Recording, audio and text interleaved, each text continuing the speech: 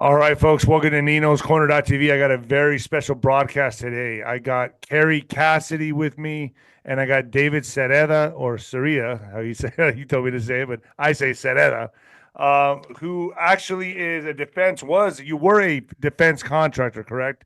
And you Yeah. worked on nuclear fusion. You've been on the Art Bell show. You've been on George Norrie many times. Kerry Cassidy, everyone knows Kerry Cassidy from Project Camelot.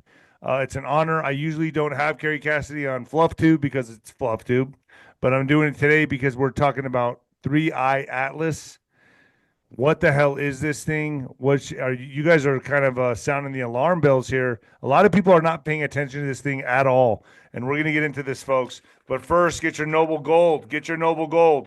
While you're distracted by headlines like this, the insiders are getting ready. Billionaires, big banks, even foreign governments are hoarding gold. They know the dollar is being devalued. They know the next crash is coming. So why don't you own what they're buying? Noble Gold Investments makes it simple to protect yourself with the same investment grade gold and silver the elites are stockpiling. Real assets you can hold in your hand and keep safe in your retirement account. Don't wait till it's too late. Visit noblegoldinvestments.com. Noblegoldinvestments.com. Get started on it, folks. All right. I don't know who wants to kick it off here, who wants to take the helm of the ship, but I'm all ears. I know, Kerry, you have a lot to speak about. Kerry, do you want to go ahead and kick it off? Oh, sure. We can. But actually, David's the one that this is really going to revolve around. And Richard Hoagland, who was supposed to be here, but unfortunately is being blocked right now from doing shows. I thought we had that fixed, but I guess not. And so we're going to have to continue without him. Uh, so I don't see myself being on the show at the moment. Am I? Yeah, you're. We Sorry. hear you loud and clear. That's Everything's really weird. I meant visually. Okay. and Uh, visually. We can see really? you. Yeah, I Okay. can see Sorry you. about this. So anyway, well, Three-Eye Atlas, everyone that I have been paying attention to lately is very interested. And there's a major scientist, Avi Loeb, and he is, he's a former or current, I think he's a NASA scientist. And so he's raising the idea that this is not a comet, this is a alien craft, and there's a lot of if sort of permutations to that notion, and it is moving at 130,000 miles per second. David, do I have that right? No, miles per hour. Yeah. Per hour. Okay. Yeah. So I'm not the scientist here. David is. So maybe he should really start out by describing it because he'll do a better job than I. Go ahead, David. Well, the first thing is Avi Loeb, who's a Harvard astronomer who has a blog on Medium, noted that 𝗬𝗬𝗪 back in 2017 was an extraterrestrial visitor based on its performance and sudden increase in velocities and the control that it had. And then we had another visitor called 𝗀𝗄𝗏 Borisov, and now we've got Three-Eye Atlas. So the first thing I did is I timed them, which is when the timing of when they all three reach their closest position to our sun, which is called perihelion. And when I did it, the ratio of all three was 1 to the golden ratio squared, which is a mathematical formula responsible for the creation of DNA spirals, spirals in seashells, the spirals in Milky Way galaxies. You see the golden ratio in plants, and in fact, even in the human brain, uh, studies done at Johns Hopkins University measuring from the bridge of the nose to the soft spot of the head to the back of the neck was within tolerance of the golden ratio. So the fact that nobody had noticed this, the timing, and I have the math for people who are interested, of all three, and then I measured all three's closest positions to Earth, for which Three-Eyed Atlas will do twice. And I'm gonna show graphics of all this, and they were 1 to the golden ratio squared. Wow. But even more stunning than anything is when it was Carl Sagan, the late great astrophysicist, Cornell University, major university astrophysicist, said if we were going to be visited by extraterrestrials, what language would they communicate with us in? And of course, it would be mathematical numbers. And the numbers that 3i Atlas is sending are not these long, complicated formulas. They're actually very, very simple. So this thing is sending code or numbers to us, a language to humanity? Yes, and I'm the first one to take those numbers. The numbers I just presented is the timing 1 to the golden ratio squared of all three cannot be an accident. In all randomness, that just can't be happening. But then let me share screen a second, because then I measured its axial rotation period. And this, before I show this, this is really a trippy idea for people, because we're taught in school that there are the familiar planets, from Mercury going all the way to Neptune. And Uranus and Neptune were not even discovered in antiquity. I mean, at the time of Christ, and even at the time of the poet Dante, actually, who wrote the 𝗵𝗶𝗶𝗹, where he goes on a spiritual journey through the planets, all as paradises, there was no Uranus and Neptune, yet he describes them perfectly in this book. But what Dante experiences in his vision, where he's sitting out beyond the orbit of Neptune with this angelic personality, Beatrice, he's shown 9 more planets of the angels heading back towards the sun.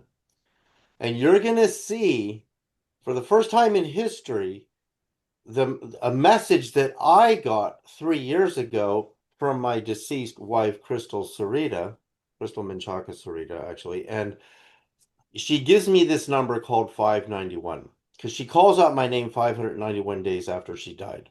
And I'm going to show this, because 3i Atlas is going to confirm this, because the bullseye, the actual bullseye, let me just show you the bullseye first, because this is really incredible. Nobody's even noticed where 3i Atlas is actually headed as a bullseye. Like if we were playing the game of bullseyes, its trajectory is at 5 degrees to the ecliptic of the solar system. And you can see this is from the Sky Live, this model, but I've added this hypothetical orbit in turquoise blue, which is just inside the orbit of Mars, which would take this hypothetical planet 591 days to go around the sun. Mars takes 686.98 days. What's amazing about this spot, this 591 number, is so stunning. I'm going to demonstrate that with this number, I can build Dante's model of a hyperdimensional solar system by a very simple calculation. I'll show you a hyperdimensional solar system. So there's planets that we cannot see that are there. Right, just like UFOs seem to be coming to and from places that we can't see. Like one of the classical arguments for why, and I worked in the mainstream physics community. I'll tell you a quick story where I'm sitting at the Lawrence Berkeley National Lab with 𝗀𝗃𝗃𝗃, who chaired the Atomic Energy Commission under Kennedy, Johnson, and Nixon, and was one of the main scientists orchestrating the Manhattan Project, the development of the atomic bomb. And I'm sitting there with his assistant telling them the story, because I grew up in Berkeley in the 1960s. In 1968, on the way home from school, my brothers and I saw a flying saucer, and the neighborhood is going in total pandemonium over this flying saucer. And I'm telling this to 𝗀𝗃𝗃𝗃, and he tells me, his assistant, Albert Ghiorso, who's more brilliant than him, that Seaborg has access to 37 levels above top secret. And Seaborg took my testimony very, very seriously. So I was working in the realm of nuclear fusion with a physicist named Bogdan Castle-Maglich, who was working with Seaborg. So I had periodic access to him and some of the most brilliant scientists in the United States. So they take this stuff very seriously, and there are levels of classification. But when I show you this, so here's my calculator. Let me just show you this, because then I'm going to show you what 3i Atlas is really doing to prove that it's intelligent. So I take this number 591, which is the bullseye of 3i Atlas, which nobody nobody understands invisible bullseyes. They're communicating this in a language. So 591 divided by the golden ratio, which is 1.61803398887, bingo, gives me the exact orbit of Earth. I mean, that's exact. That's 99.999%. Now, if I divide it by the golden ratio again, I get Venus. That's the orbit of Venus. Divided by the golden ratio again, I get a hyperdimensional planet here, which will resolve the miracle of the sun at 𝗵𝗲 and a whole bunch of phenomenal things that Noah So 139 is the hyperdimensional rotation of a different planet of the planet that between. we cannot see. Yes, but we Okay. do see it. We saw it, which is what caused, in my belief, mathematically, because I can prove this mathematically, the miracle of the sun at 𝗵𝗲, which was an eclipse of a planet that you don't normally see. Okay, and I divided by the golden ratio David, again, and I'm right in the orbit of Mercury here. This is, can we show this graphic that you made and sent yeah. me? So I just want people to see the calculator for a second, but let's show the graphic from. Because people need to understand to see the actual visual and, Right. and understand that hyperdimension. Let me talk about that for a second, Yeah. David, and then we'll let you continue there. So people have to understand when you're talking hyperdimension, you're basically saying above or below or wherever you want to look at it, or to beside even. Dimensions are that we are multidimensional. You probably heard that saying. It's true. But it's not only the solar system that's hyperdimensional. There's all kinds of dimensions. There's actually said to be something like 17, if I remember. And then they go what is horizontal, and then in our reality. And then there's actually densities, and they go vertical. So people that study this sort of thing know that we are multidimensional. So what David is tapped into is this whole solar system. So in a sense, you have a sort of mirror in this other reality, which is this other dimension. And Hoagland actually verifies this from his investigations. And he's been talking about the face on Mars, and he's a famous NASA scientist. He was supposed to be here on the show. So understand that it might sound far out if you've never heard it, but we are actually multidimensional, and this is not a stretch. Okay, go ahead, David. Okay, yeah. So what Avi Loeb, if you go to his blog, he puts out all this data. And this really interested me when they calculated in hours, and they have a plus or minus accuracy. Nothing's ever at 100% in the world of physics, of 3i axis rotating on its own axis, right? 3i Atlas is rotating its axis. So it was 16.16 hours. And I converted that to minutes and built this whole chart with the golden ratio. It comes to 969.6 minutes. You see this purple dot in the middle? Yes. That is the number of years that the prophet Methuselah, the oldest man in the Bible, lived. He lived for 969 years. That really interested me. How did it come to this number? So if I take that number divided by the golden ratio repeatedly, I get 599.24, which is so close percentage-wise to my 591 number. I divide it by the golden ratio again, and I get 98.62% of the orbit of Earth. Divided by the golden ratio again, I get 98.16% of the orbit of Venus. Divided by the golden ratio again, I get my planet that I can mathematically prove eclipsed the sun for the miracle of the sun at 𝗵𝗲 in Portugal, 𝗵𝗲, Portugal in 1917 on October the 13th. Divided by the golden ratio again, I get 99.38% of the orbit of Mercury. I'm doing all this with one number. And remember what Carl Sagan said, an extraterrestrial visitor would use mathematics. 99.3% of Mercury. Mercury is the messenger. Now, if I start at my central number again, 3i Atlas's axis number, times the golden ratio repeating, I'm going to get 94.8% of the orbit of Jupiter and 99.94% of Saturn. This tells me a lot. And if I keep going with this number, I did this on Kerry's show, I will get to an orbit of 3,620 years, which is the orbit of the planet of the gods, Nibiru, according is to it? 𝗦𝗂𝗂𝗧 called Nibiru. Now, there's Wow. tons of people out there have heard of Nibiru. I mean, at this point, there are millions. And that calculation tells me this thing must have been either calculated. It's what I'm going to show you next is so mind-blowing. Its velocity as it goes through and crosses all the orbits of the planets is so perfectly timed to our religious states. You're going to see it because the next big event for this thing is October 1st through the 3rd. It will be so close to Mars, and it will be on Mars on Yom Kippur, which is the 1st to the 2nd.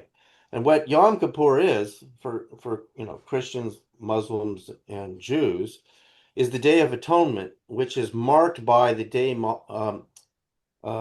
Moses received the Ten Commandments. And at that date, one day per year on a lunar calendar, the high priest enters this Holy of Holies cubic temple, and only on that one day per year, which used to be in Solomon's temple, which no longer exists. And before Solomon's temple, it was a tent called the Tabernacle Holy of Holies, which was 10 by 10 cubits, which is the same measurement as the Queen's Chamber in the Great Pyramid, which is 10 by 10 Wow. cubic space, right? So, can you see this visual? Because I think, again, David, it will help people to yeah, see. I'm going to go through it right now. Let me Okay, share can you screen see because that? I have these all lined up because Show that's them the visual. yeah. So let me share screen. Sky? No. So you have to stop share there. So for me to share to go to here. So here we go. Okay. So this is how it starts, Nino. So I go back in time because it was discovered actually on Dan Aykroyd's birthday, which is July 1st, this past July 1st. Okay. And I made a film called Dan Aykroyd Unplugged on UFOs, by the way. I recut it. It's coming out maybe this Christmas. So How long ago did you make that film? That's been about 10 years ago, right? 25 years ago. Wow. Okay. And I it's totally recut. remember that film, by the way. Yeah, a lot of people know that film. So it was discovered on Dan Aykroyd's birthday, which is actually Canada Day, and also Pamela Anderson's birthday, who I'm the one who discovered her. But let's forget all that. Here it That's is. another whole podcast itself.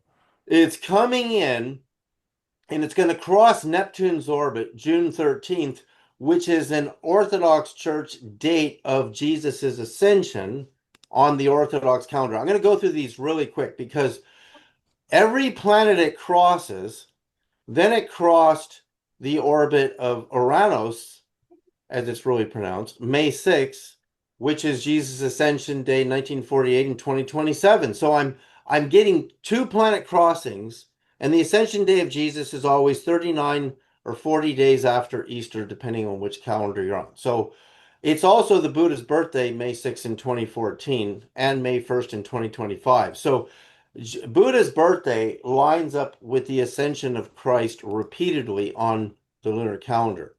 Now it's going to cross Jupiter's orbit, which is Jesus' Ascension Day, Eastern Orthodox. Buddha's Day of Enlightenment is June 13th in 2014. So why is it crossing planets on our religious holidays? And just wait till we get to Earth, okay?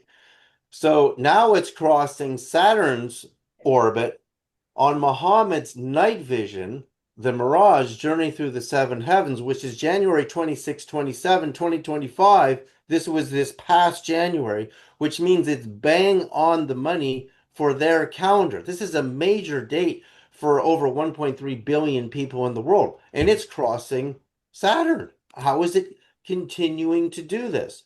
Now, it's crossing the orbit of 𝗦𝗂𝗁𝗍𝗁, the most valuable asteroid in the solar system, on the 15th of August, which in the Catholic Church is the Ascension Day of the Mother Mary, celebrated every year, not on a lunar calendar.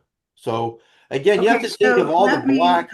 sorry about this, but I'm just going to translate again because people may be listening to you spout off these dates and not understand that we're watching the trajectory of a ship, right, coming into our solar system that's doing a trajectory which is said to be absolutely cannot be accidental. In other words, lots of things come in, meteors, this and that, but it's going in this weird curved line that is going to make it be close to, I think it's Venus, Jupiter, and is it Yeah, we'll go Mars, into that deeply. right? Yeah, I know, that's but what I'm where. trying to say is Yeah. the reason these dates matter that he's telling you is where it's going to cross. It's done this intentionally. You can't just get this out of nowhere, okay? You would normally, like a craft would come into the system, you would imagine it would scoot around. It might go this way, it might go zigzag that way. It's not doing any of that, okay? It's on a very smooth trajectory. It's hitting points that humans mathematically, that correspond mathematically with human history, okay? So that it knows our history, insanely. So that's what David has proven through his hyperdimensional model and through his dates that he's tracking. Again, could we put a visual of the actual trajectory? David, do you have Yeah, no, once we go through these, I'll take you to the live trajectory. So it's right, coming I in. understand that, but let's show them the trajectory of where it's now going to be, Yeah, we're where gonna. it's going to be in December. So do you Yep. have that visual? Yeah, we're Yeah, moving he's along getting here. to it. He's moving through the slides here. You see, now this is Right. our next date on our current calendar. It will be, according to Loeb at Harvard, it will be, look how close it is to Mars, first of all. Jeez. And what And Loeb how big is argues, this thing again? How big is Okay, Three Eye it's I don't Atlas? 29 see miles. The I don't current see a date. visual. We don't see a visual right now. You're not seeing anything? No. Yeah, I do. I see it. Yeah, I Well, see I it. don't. No, Okay. he sees it. Well, David our sees it. audience needs to see it. Yeah, they're Hello? seeing it. They're seeing it. You're The kidding. audience is seeing it, he's saying. Yeah, I can see it totally fine. All right. Okay, I'm Okay. being blocked. All For right. some reason, Carrie's not seeing it. Yeah, Okay, so Kerry, yeah, something's going on we on have your been end. visual this whole time, Carrie. Oh, wow. Okay. Okay, so it's so close to Mars, That's and Mars strange. has an orbit of 687 days. So the timing of this thing to come in at this velocity and be this close to Mars, and it's Yom Kippur, the most holy day for the Jewish people, Muslim people, and this should be for Christians as well. The day Moses received the Ten Commandments from his God, and the Day of Atonement of Sins for the Jewish people is on October 1st, 2nd this year. Wow. And it's going to be closest to Mars on that date. Wow. Now watch this. Exactly Yom Kippur. There's an alignment between Three Eye Atlas, Mars, Mercury, and the Sun. Look at Total this. alignment. How did it do this? How is this doing this? This is coming up. Now, at this moment, according On to on the 15th, you said, or what day is no, this? no, October 1st. October 1st. Okay. Well, Okay. or third. That's the first day of Yom Kippur. Yom Kippur is 2 days, October 1st to the 2nd. Now, we won't be able to see it from Earth because the brightness of the sun is going to eclipse its view, but we have cameras on Mars called the high-rise cameras whose megapixels are beyond any camera on Earth. We should be getting the best pictures of this. According to Loeb, on even before the 1st of October, it should be taking pictures of it because it's so close to Mars. And the timing of this to concert with that, because Mars is going around like this, the sun, how did it do this on Yom Kippur? Now, it's going to cross the orbit of Mars, which is different than the approximation to Mars, inside the orbit on the 13th of October, which is the anniversary of the miracle of the sun at Fatima on October 13th, 1917. It's impossible what it's doing. It really knows what it's doing. Wow. Now, Yeah, for this Earth, is indication of intelligence. So right. it's a craft. It's being guided intelligently. That's the point. It could be AI and it could be alien. We don't know who the occupants are I'm sure the secret space program knows, but if you understand how radical this is, okay, that David is proving intelligence is guiding this vehicle.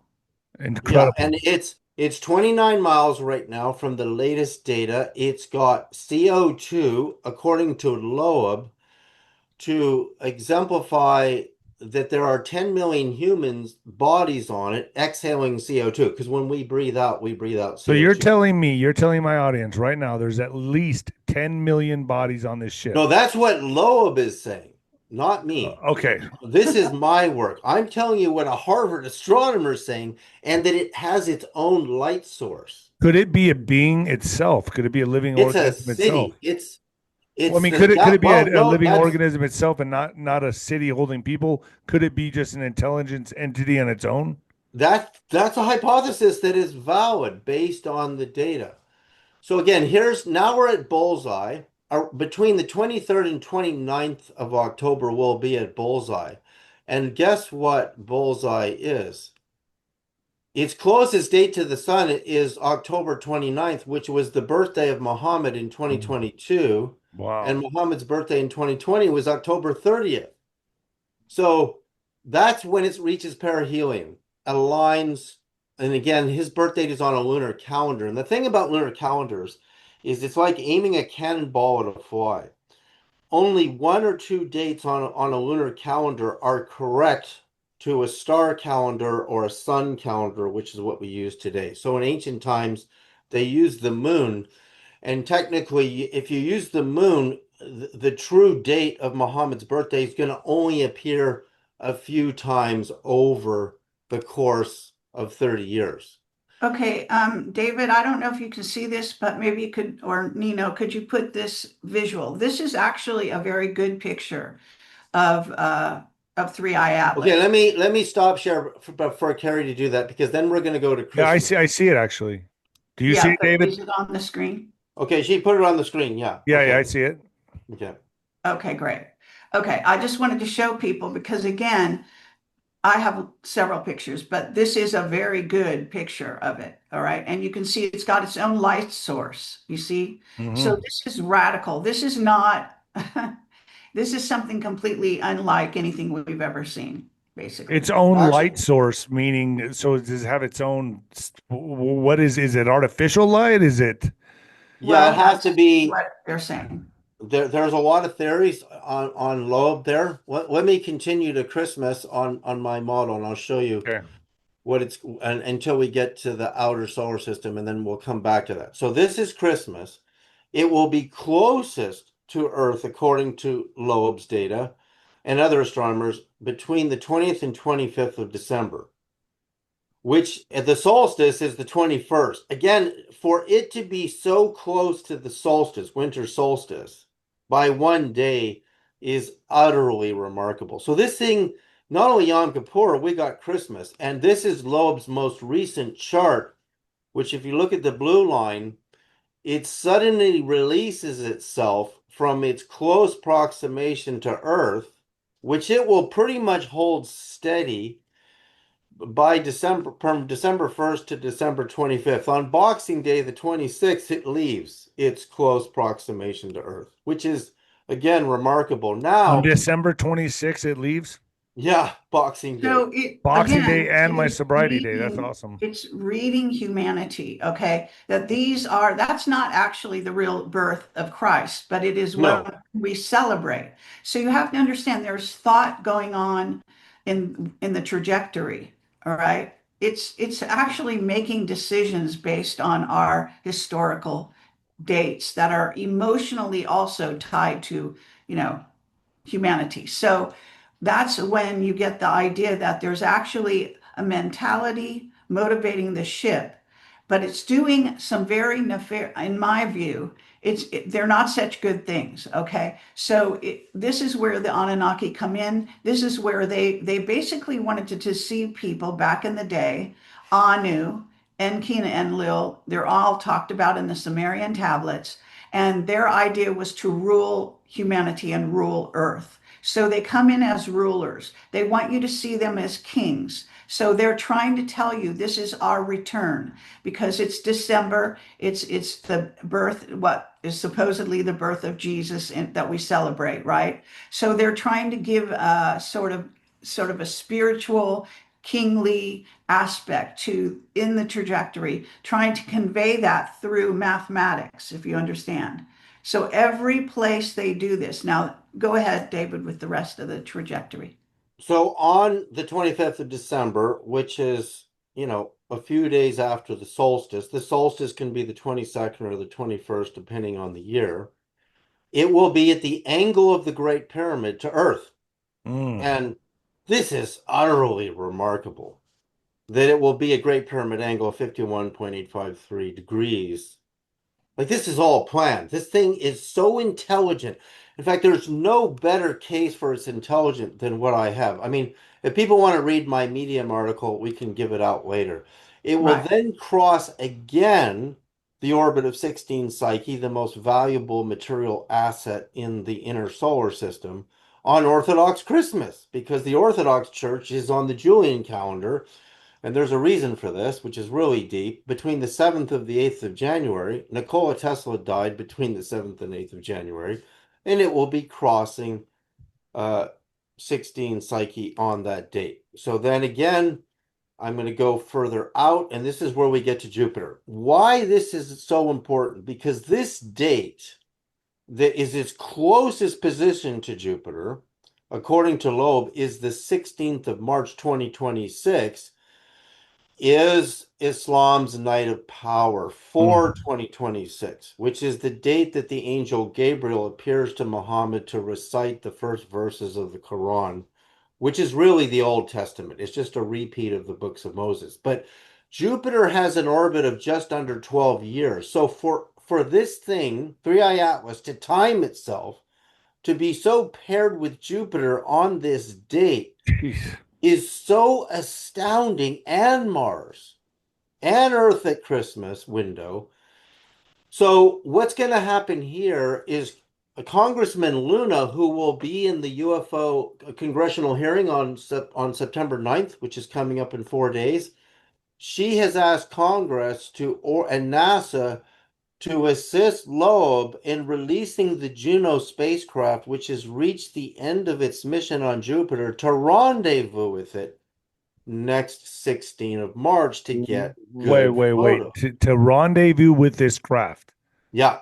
So that means it's what does already out there, rendezvous you know. with it mean? What does that mean? Means to come together, to rendezvous with, to come together, because it's so close. So remember, it's going to be super close at Mars.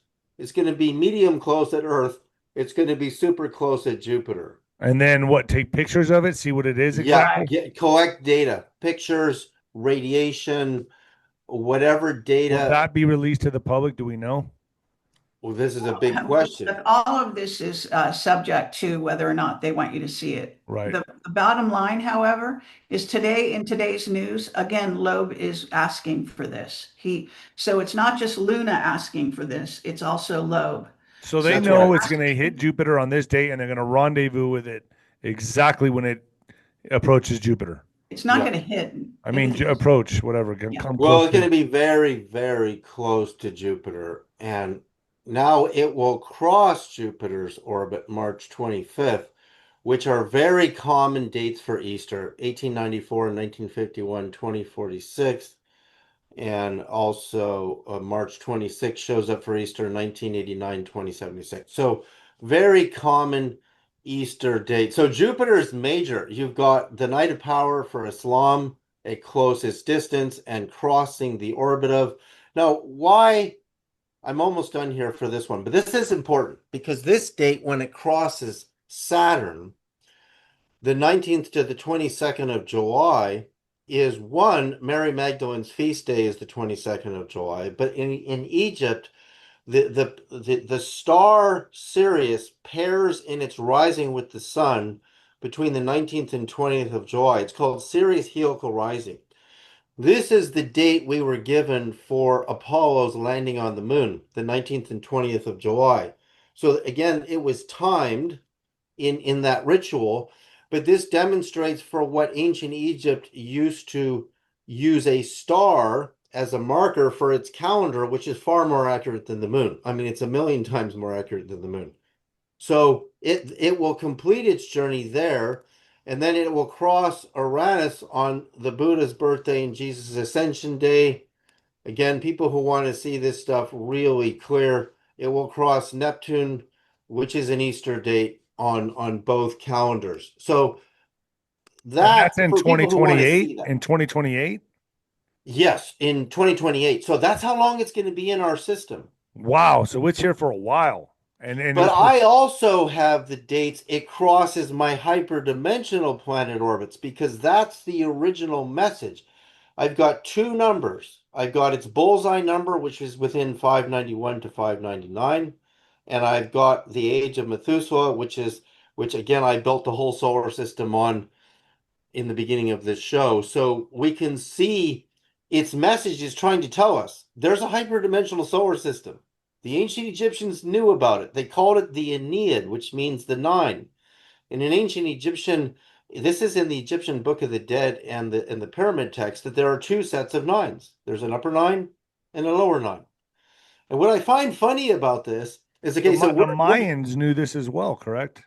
the actual, you know what? You know who had a system of nines? It was the Vikings. Interesting.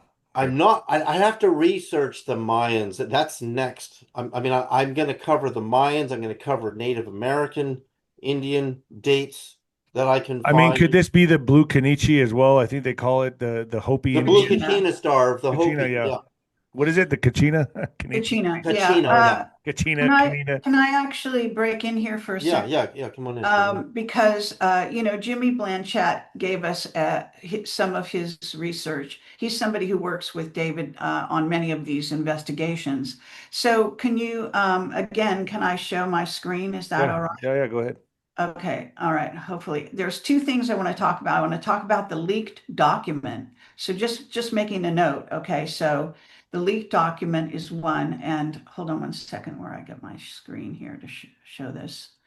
This is actually fascinating, and David, I don't know if you even had time to look at it because Yeah, I have. I looked at this morning. So December 19th of this year, when it comes through, it's not just that it's a Christmas for us and all that. There is an alignment of the planets going on that has not happened for, I don't even know what he actually said, once every 115 million years or something. Can you see this visual? Yes. Yeah, we can see it. Okay, Yeah. great. So this is 𝗵𝗵𝗡𝗂's visual. He just put all of this together. So that on that date, that exact date, is a very important planetary alignment. So that can facilitate all kinds of communication. It opens probably portals, etc., for so on and so forth. So do you understand, like David, maybe you can speak more to this because it's very important.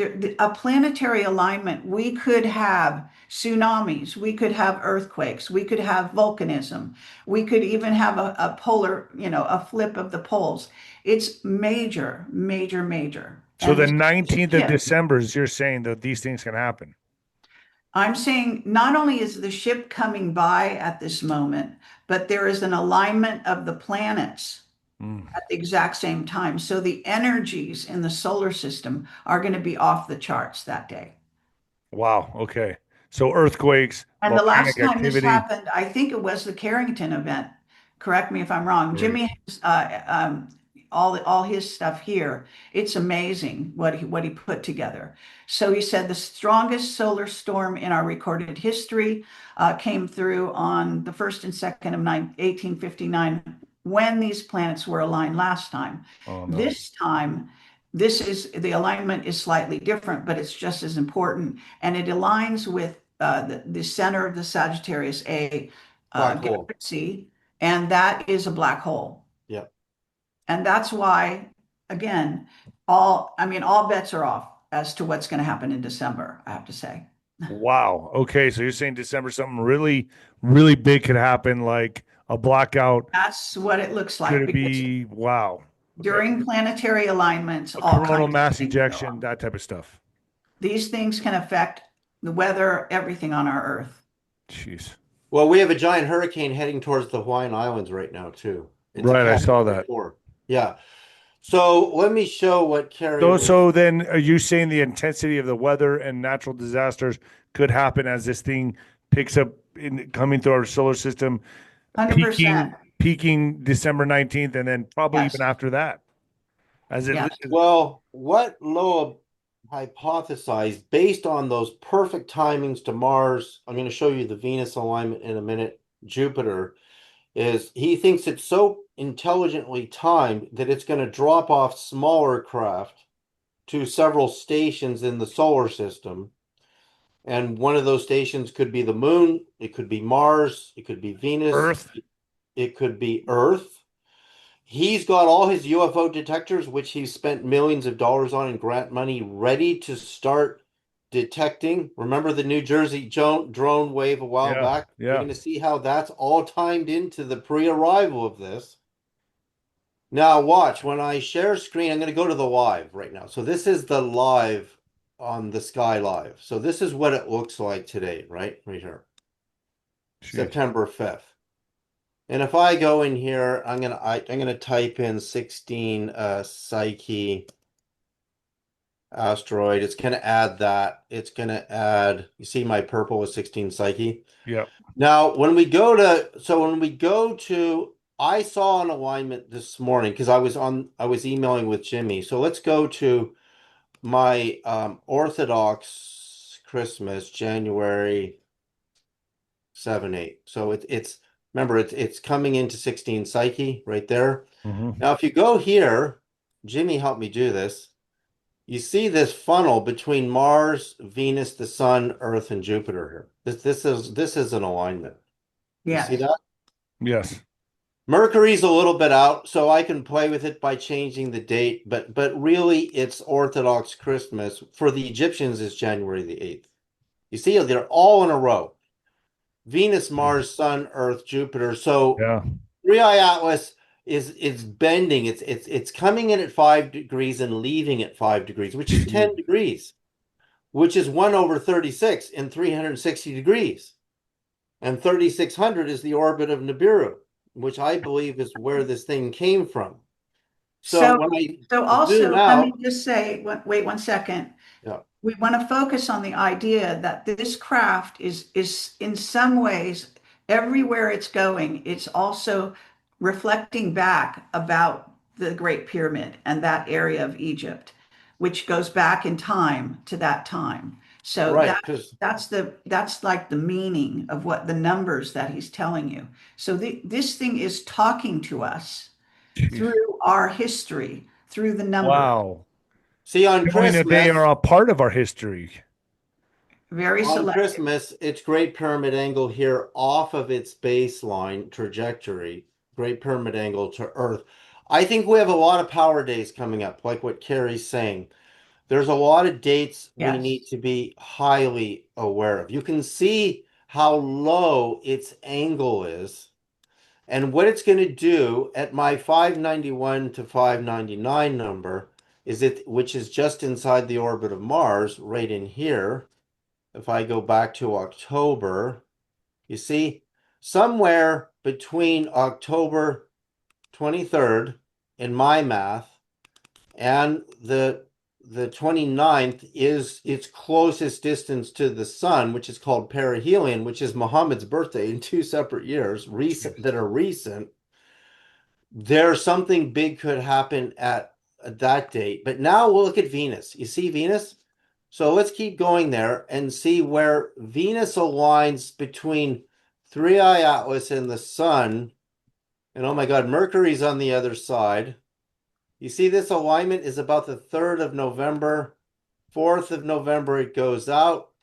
So that's its closest distance to Venus is probably this date. It's probably the 3rd of November. Now I have to map the 3rd of November. I've got a lot more work to do, a lot more updates. Because Venus, again, look at the position of Venus. It's on this side of its orbit as opposed to on the other side. How did it time itself to be so close to Mars, so close to Venus? And then when you see how Earth is coming around for Christmas? Yes. You see, so let's go to the 19th and the 20th. Loeb says its closest position to Earth is the 20th of December. Jimmy's saying the 19th, it barely makes any difference. It actually flatlines because Earth is coming towards it and it's going away at the same time. So for the month of December, if you go all the way back to here, like the 5th of December, it's pretty much maintaining its similar distance over the holiday period and, Christmas Eve. And then suddenly on Boxing Day, the 26th, it's now broke that pattern, right? Wow. So all of this to be timed is utterly remarkable. Then you get into the imagery we have of it, which is the next level of this. How much time do we have? You can keep going if you want to show the imagery. Okay, and think I have that's some more Well, let photos. Kerry go for a minute while I organize Okay. some images. That's Okay. great. Okay, so what I want to say to everyone is I did a show on this with Rob from Typical Skeptic just a week ago. Yeah. And basically, I was locked out of my computer for the first time ever. So I put in my password. I thought it was right. I did it twice. It locked me out, and it took me an hour. But the audience was very patient. They waited an hour for me to join the show. That's insane. Okay.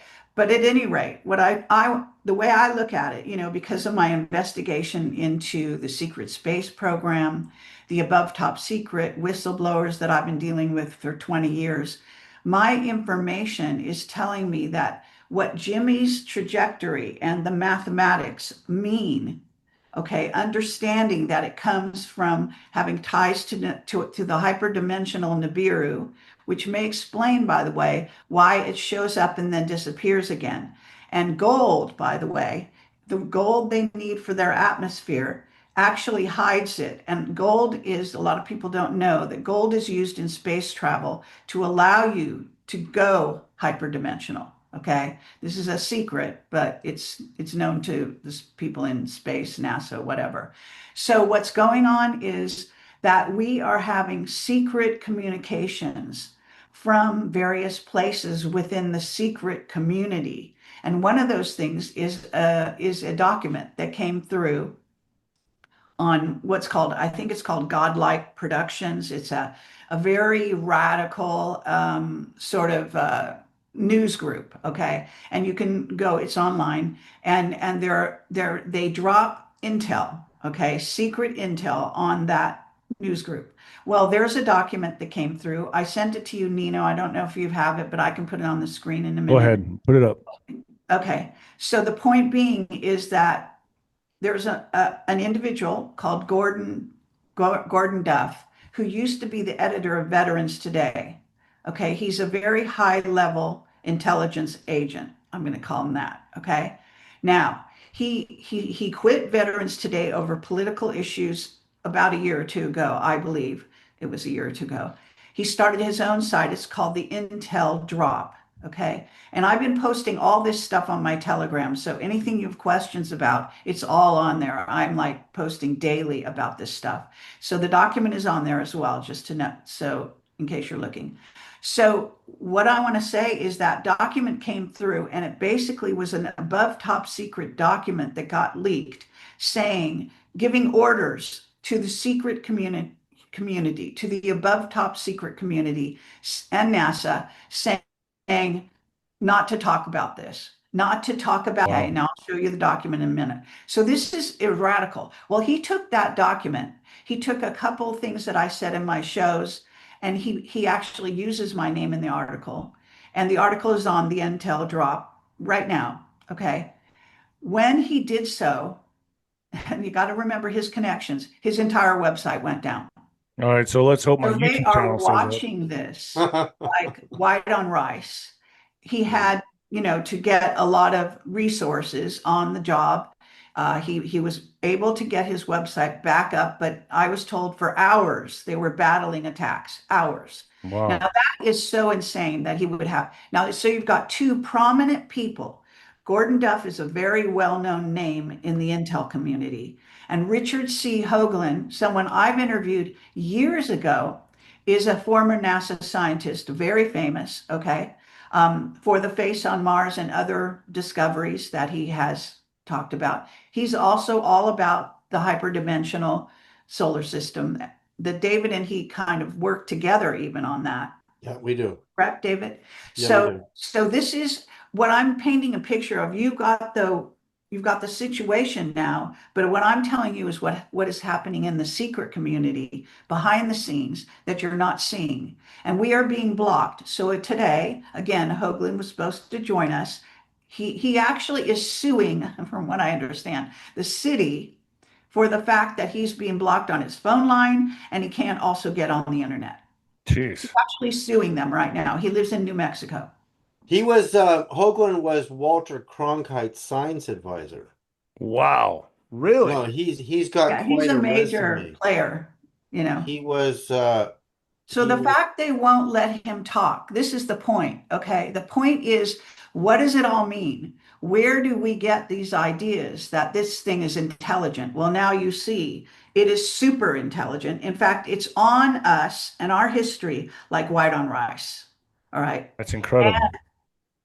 David, I don't think you got to it, but there's also an indication that this didn't come from deep space into our solar system, but that it actually might have come from the vicinity of the hyperdimensional Nibiru yeah, into I can demonstrate. our solar system from Let there. me demonstrate that because Nibiru, there, I mean, 𝗧𝗂𝗯𝗀𝗃𝗃 Sitchin's books, The 12th Planet, you know, the Wars of Gods and Men, are epic. He has a massive following. So the internet is full of people who understand Nibiru. And Nibiru, based on Mayan, ancient Sumerian, and Babylonian tablets, according to Sitchin, I've been reading his books again recently. So has then a the Mayans were very aware of this, of the Yeah. hyperdimensional solar system, correct?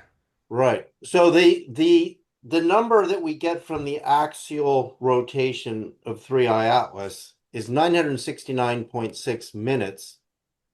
And if I multiply that by the golden ratio, which I'll demonstrate, I'll count how many times it takes to get to Nibiru's orbit.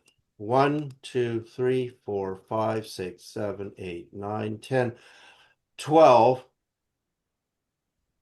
13, 14, 15 times. That's Nibiru's orbit in days. So if I divide that by an Earth year, 365.256, it's 3,620 years. Damn.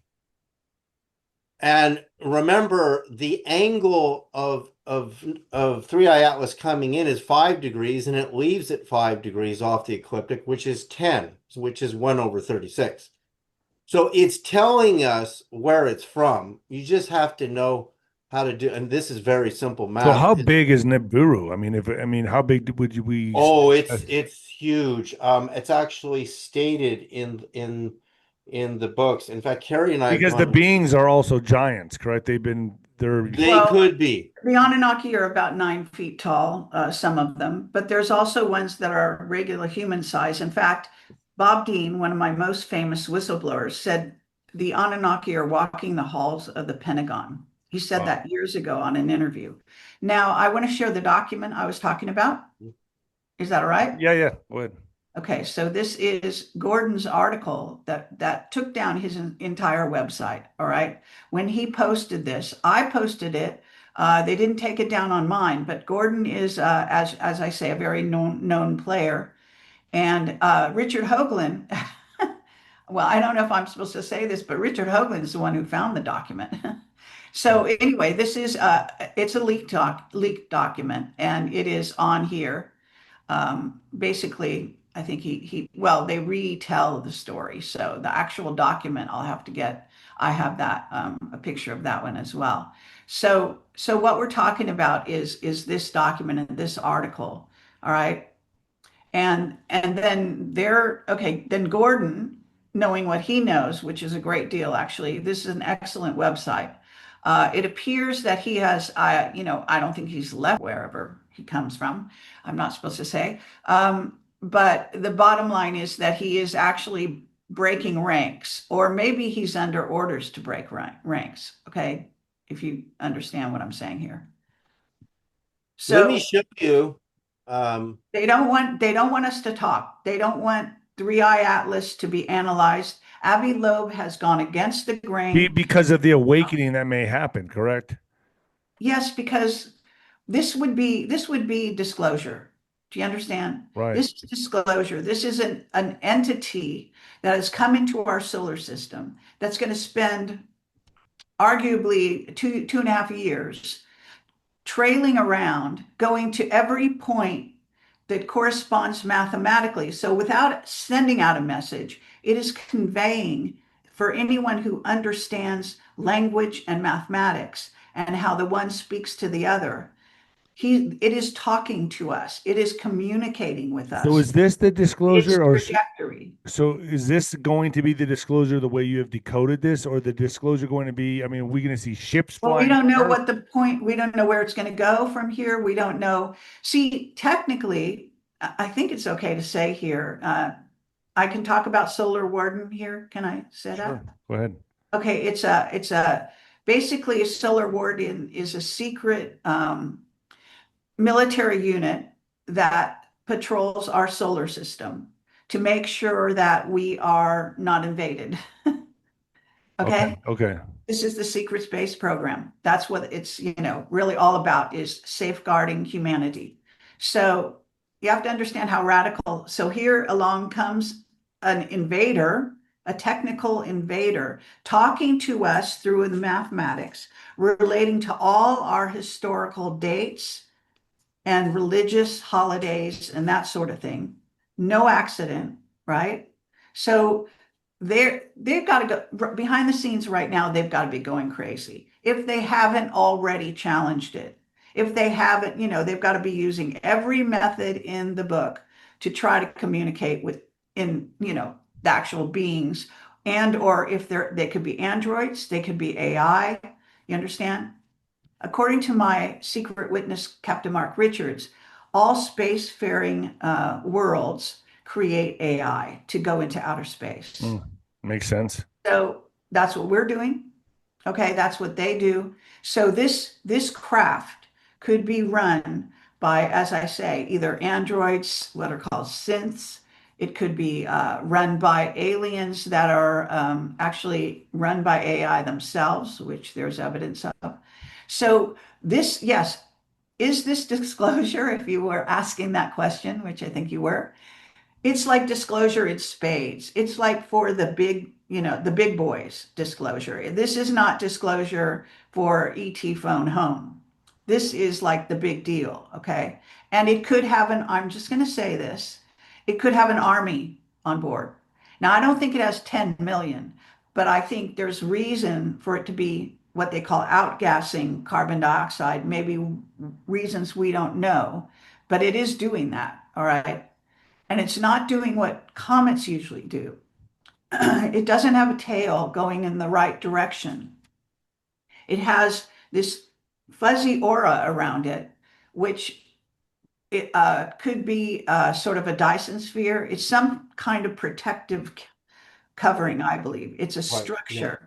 And that much we can see with our weak telescopes. And I've got lots of photos I'd like to show on here that were sent to me by John Leonard Walson, who is a fabulous astronomer who has his own huge telescope. I've actually met him in person, worked with him on certain projects. He's not allowed to show you what he can see through his telescope. That's how good his telescope is. How big is his telescope? It's gigantic. Well, actually, more than one. As one that goes on the back of a truck. I do a conference every year in Watford, in England, at this place, High Elms Manor, and it's a very small event, but I do it every year. And he comes in the evening, brings one of his telescopes on the back of his truck, and shows people UFOs in the sky. Wow! Because you have pictures from this telescope. Okay, well, this is what I'm telling you. He chose certain photos that he found on the web. He is not allowed to show you what he can see. Okay. Okay. They'd arrest him. They might even kill him. He used to work with the Queen. He worked for the Queen. Whether you want to believe that or not, That's what he says. Okay. Okay. Now he was on Rents years ago showing craft near the sun. These huge craft. I Anyone saw who that. follows That were like Rents, charging from the sun or something. They were they like, were amazing. They were amazing and gigantic. And by the way, they looked exactly like the craft that William Tompkins says he designed. So I think William Tompkins might have been given those photographs or they took them themselves and then designed craft that looked like the ones that were out there. That's kind of what it could have happened. But anyway, this is the background here to this story. It's so fascinating. That's why you've got me. I'm investigating conspiracies, okay, all my shows and everything I do. And this is a very fascinating mystery, you see. are you going to show the picture?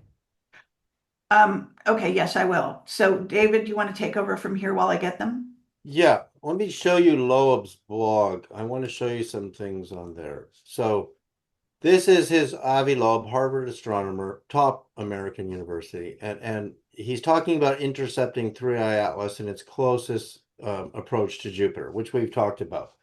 But if I go to his home blog, I want you to see where he originally was posting about 3I Atlas and its the idea of there being 10 million possible persons on it, right? Jeez. So he has a lot of articles. He's really just looks at the data. The rest of the astronomy community fights him. They don't want to put their names on the line, although he does have a lot of co-authors on these papers. But what's really amazing is for him to look at the data and say, you know, there's enough CO2 here, CO2 rich comet. Let me see where he says there could be, yeah, this is when the size of it got readjusted to about 28, 29 miles. Why it shed CO2 if it's technological. So he looks at both sides of the argument, whether the CO2 could be coming from living beings. Yes, if they were giants, there would be less than 10 million. I hope he didn't remove it. Let me go back to his... Okay, I have those photos if okay. you take some time. Anyway, this is his blog. For people who want to really read, most of the mainstream press blocks 90% of what he says. Okay, now these are the photos that, again, John Leonard Walson chose out of the ones that were out there in the public domain, because that's how he has to work. Okay, but they're better than most people have seen. So they're incredible, actually. I mean, you've not seen photos like this, okay? Probably. Now, he made a drawing of what he sees. So he can't show you what he sees in his telescope, but this is what he thinks that he sees in his telescope, okay, for what it's worth. That's like Ezekiel's wheels. Yeah, Yes. it's incredible. Yeah, that's It great looks like the observation. Starship Enterprise, Yeah. Wow. for fuck's sake. It looks like a Stargate. Look at that. See, this is not a stretch to this. Oh, wait a second. That's Hoagland's newest hypothesis, that this is a Stargate that will let things or craft in and out of the Stargate on these time dates. That's his newest hypothesis. Well, it'll be fun to be on a show with him if he ever gets a chance. So what I believe, by the way, regarding Hoagland, and these are amazing photographs that John, see, he knows what to look for. We don't know what we're looking at, but he knows because his telescope is telling him, and these are the photos he chose. So wrap your mind around that. You don't have to agree, you don't have to, but these are out in the public domain. And there's a lot of geometry there. There's a lot of geometry extending, and that is noted in Loeb's papers as well, among other astrophysicists, about the geometric structures they saw, but they're not showing us.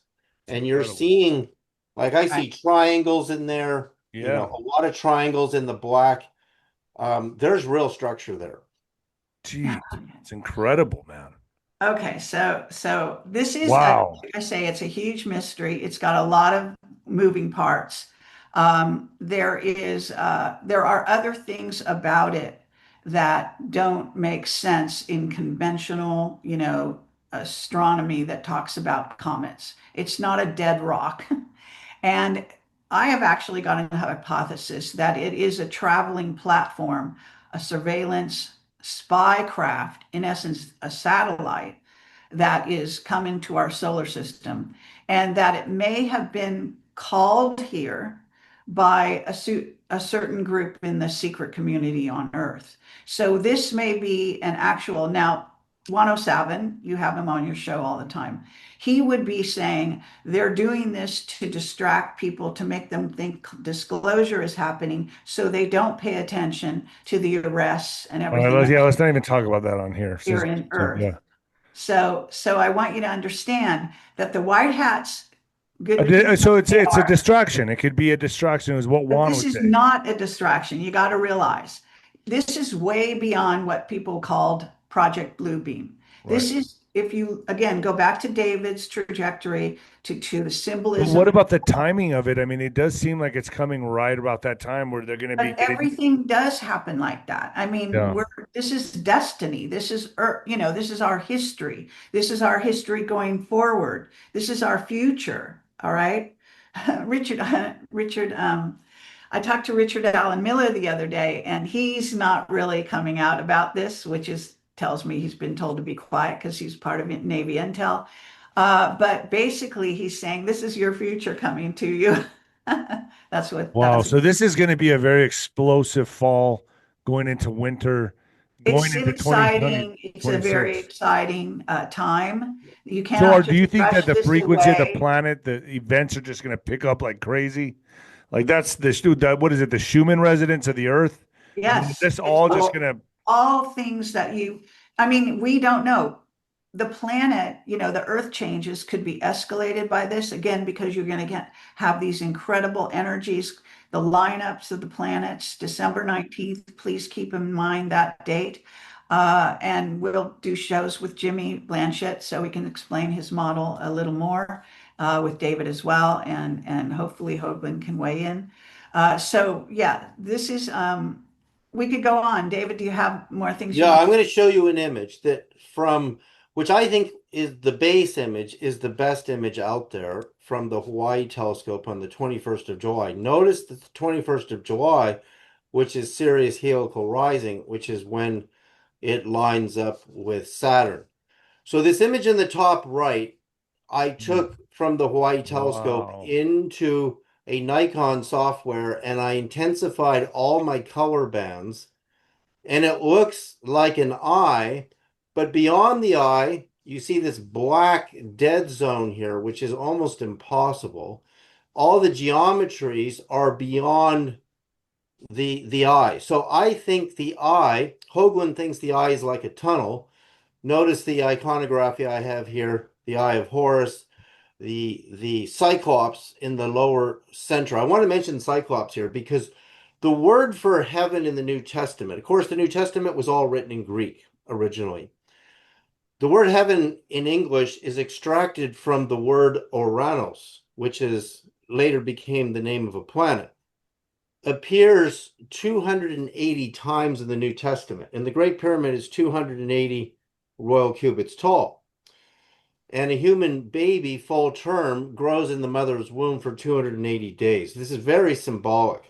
And remember, at Christmas date, 𝗬𝗏 Atlas will be at Great Pyramid angle to Earth. So in the Greek mythologies, Oranos, the god of the heavens, creates the Titans and the Cyclops, which is really the eye of God, the seer, which is, again, you see the eye on the top of the pyramid in the back of the US dollar. You can see the triangle and the eye above this famous painting of Christ.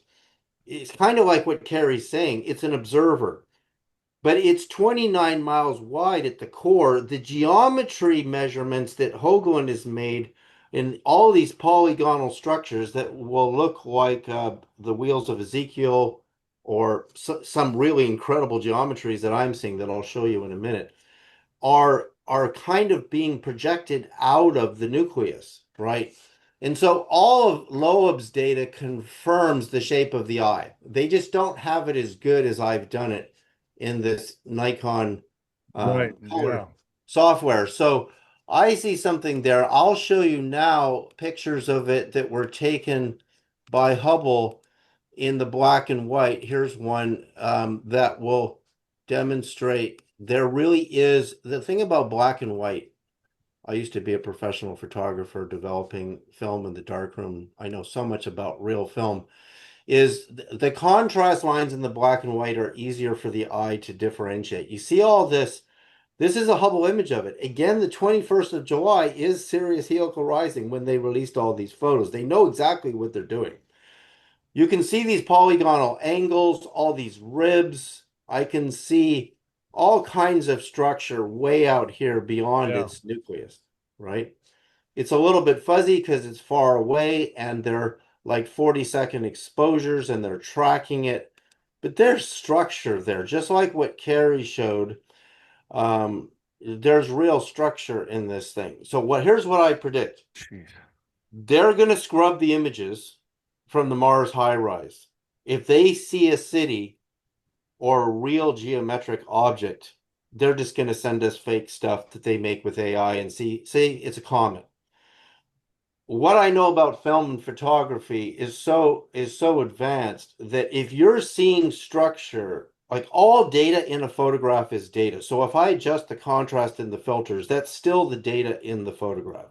It doesn't mean it's not there. It's really there. But they're going to be so afraid when these high-rise images come from Mars in early October. I really doubt they will share the real images with us. In fact, I don't even think Loeb is seeing the best of the images they have now. Interesting. Yeah, because they're afraid of what will happen.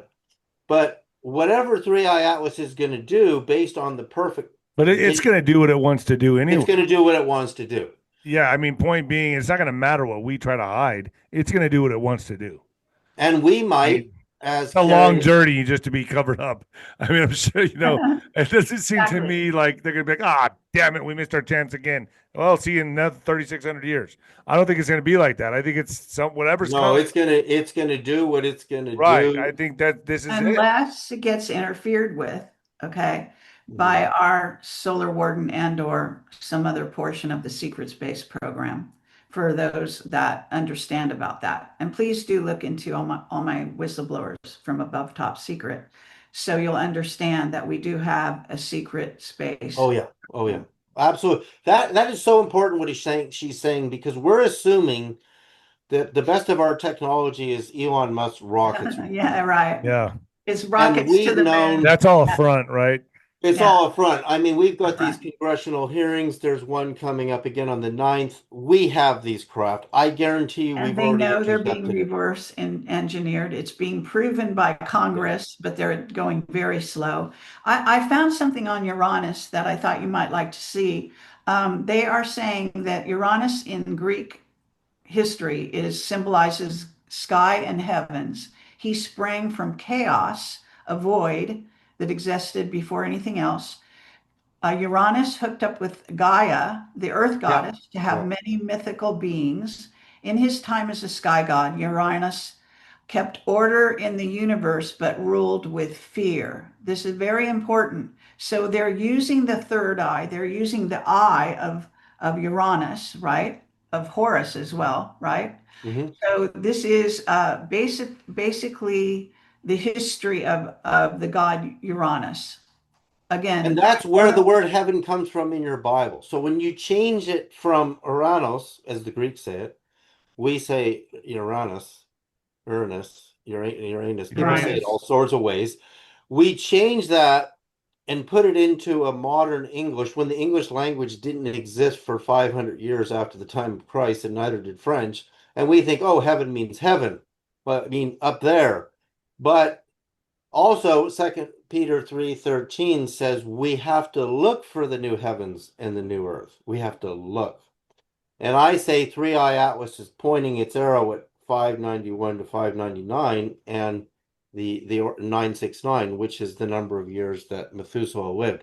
But Kerry brought up something important there. If the original mythic of the Greeks, which is what the Bible, New Christian Bible, was written in, the New Testament, is describing a god who used fear, that's how we remove ourselves from it, by changing the name, right? And again, the fact that it appears 280 times, which is a Great Pyramid number and is a birth cycle number, because we spend 200, if you're a baby who grew full term, it's 280 days. Most of us are plus or minus a bit, but that's the general number, is the same number of times that I've researched this, appeared in the original Greek Bible. So again, the math, like, numbers don't lie. Myths change with language, which is philology, the changing of word. When you change a word from Aranos to heaven, you've misled the people to the understanding of what was written, right, in the earliest case. right out of the gate. It's right out of the gate, and then you change it again, and you change it again, because 2 Peter 3:13, some Christians believe, means that we look forward to a new earth, a better earth.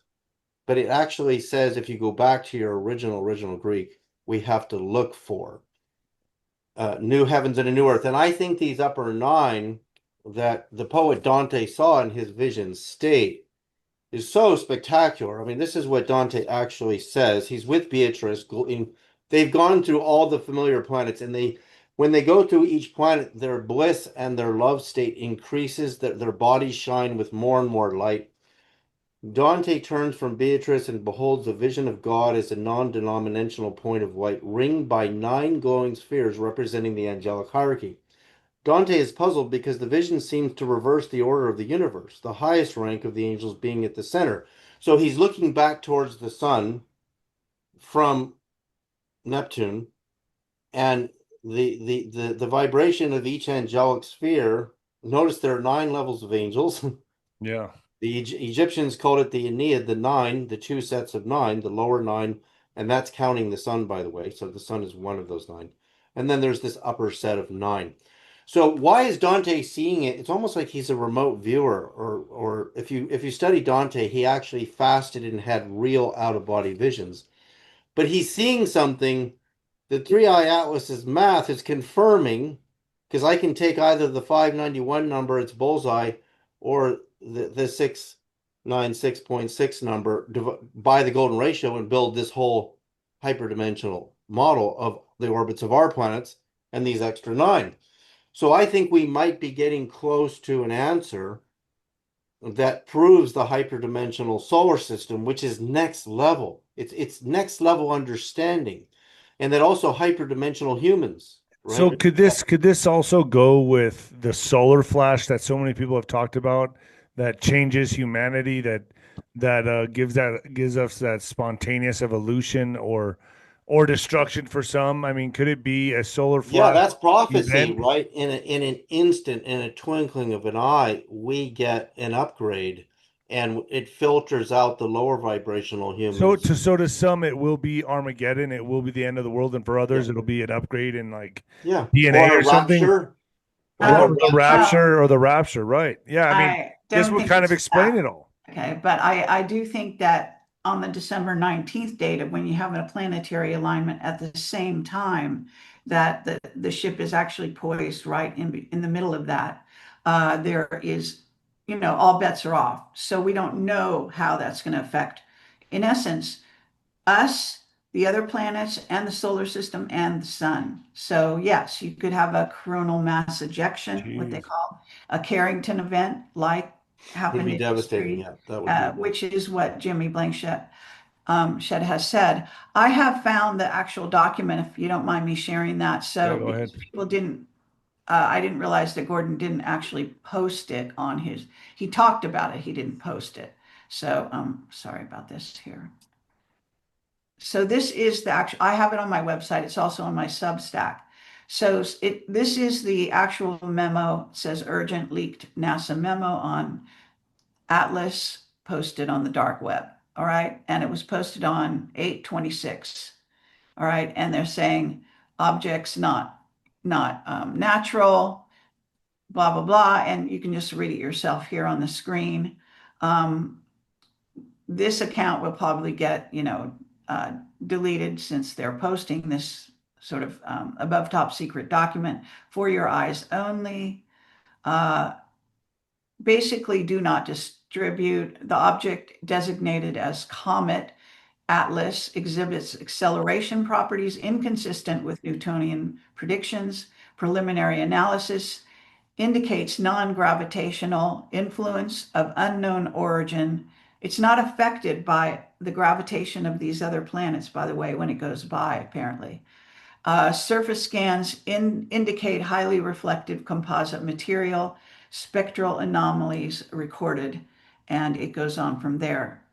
And they're basically saying it's under active vector control, maintain operational silence. This is what they're telling the community. Further intelligence pending. So this is what we're dealing with. We're dealing with a confidential object. Haven't they taught? Are those the pictures of it right there? No, this is, Okay. I'm not sure what this is, actually. This is somebody else's video. But I mean, we've seen a lot of comets come through, you know. I mean, the Heaven's Gate, people drank the Kool-Aid, the whole thing. I mean, these things come through from time to time and people make a big deal of it. But what you're saying with this thing is, this is the real nothing deal. There's something. So This is 𝗵𝗲𝗶𝗹 says, you know, this is, I don't know, he keeps changing his percentage as to what he thinks. I think he thinks it was 40%, what he thinks is He has a Loeb scale. That's an right. alien It's called the Loeb craft. scale.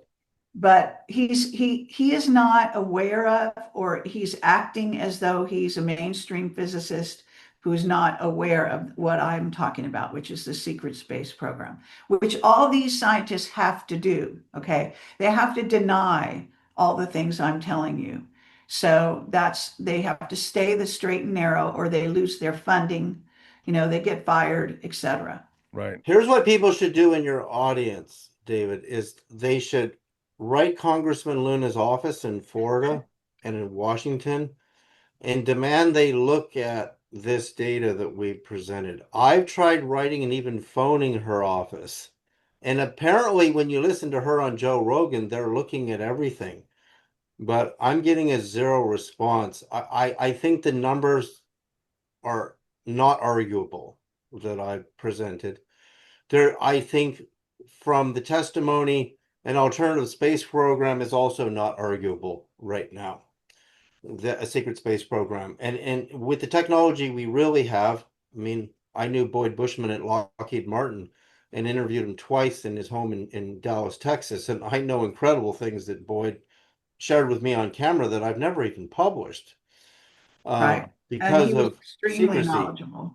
But I can tell you, we really do have the technology. I mean, Boyd sent me emails that really proved to me in Texas. I mean, you have a big audience in Texas. I could tell you Texan stories. My stepfather was David Cooper. I was a Cooper for about 6 or 7 years, military man and science teacher, you know, high school principal. I can tell you that what we really have at Lockheed in Texas, we're already there. We're already looking at this thing close up. And if there's any, you know, telescopes that pick up our craft intercepting it or taking a good look at it, those will be scrubbed too. Although those are tiny craft. Remember, this thing is 29 miles. That's just the core. The geometry measurements beyond it could be over 1,000 miles in diameter. I want to share just one statement by Richard Hoagland. It's important for it to go everywhere. It's what he said in the original days. And I've been doing interviews with David Sereda, and we've been in touch with Hoagland now for weeks. But David and I were doing this actually for the past month, and Jimmy Blanchett as well. So this is what Hoagland wrote out to a huge news group that he had of many people. On Sunday, the 24th of August, he says, "Everyone, I feel like this is the opening to my friend, from my friend Arthur's most important novel, The Childhood's End." Now, I'll tell you what that novel's about. Look what's coming for real, Richard C. Hoagland. So he is verifying that this is alien, that it's incoming, and that this is completely real. Okay, for what it's worth, this is a NASA scientist going on the line, telling a number of people this is the real stuff. He's been blocked over and over. He's now suing the power companies, trying to get his intel, his access to do his weekend show. We intend to be at 9 o'clock on Saturday and Sunday. We're supposed to be on his show, me, David Sereda, and possibly other people. And so I'm just drawing your attention to this. But Childhood's End by Arthur C. Clarke, who's the author of 2001: A Space Odyssey and all these amazing sci-fi stuff. Well, according to our information, and we were going to interview Arthur C. Clarke right before he died. Okay. So he literally died like a week after we were scheduled to interview him. He was read in on the secret space program. That's what influenced the famous movies that were taken from his books. You understand? So he was in the know. And so Childhood's End is a short novella, they call it, or a short story, whatever you want to call it. You can get it online. Childhood's End is all about a race of aliens that comes here, a little like the V stories, and says everything's going to be all right. All you have to do is agree to our terms, and we're going to get rid of war. We're going to make you a peaceful civilization, etc. So we're going to clean the earth up and take care of everything. And they allow it in, and what happens is humanity stops creating. They stop thinking for themselves, and they actually, devolve, I guess you might call it. So this is the story of Childhood's End. This is what Richard Hoagland is saying. This is like the coming of some kind of other civilization encountering us, knowing our history, already doing their homework, right? Yes. So they plotted their trajectory. I mean, I know I'm creating in your mind a whole story, but this is what they don't want you to think about. This is what they don't want you to know. Wow.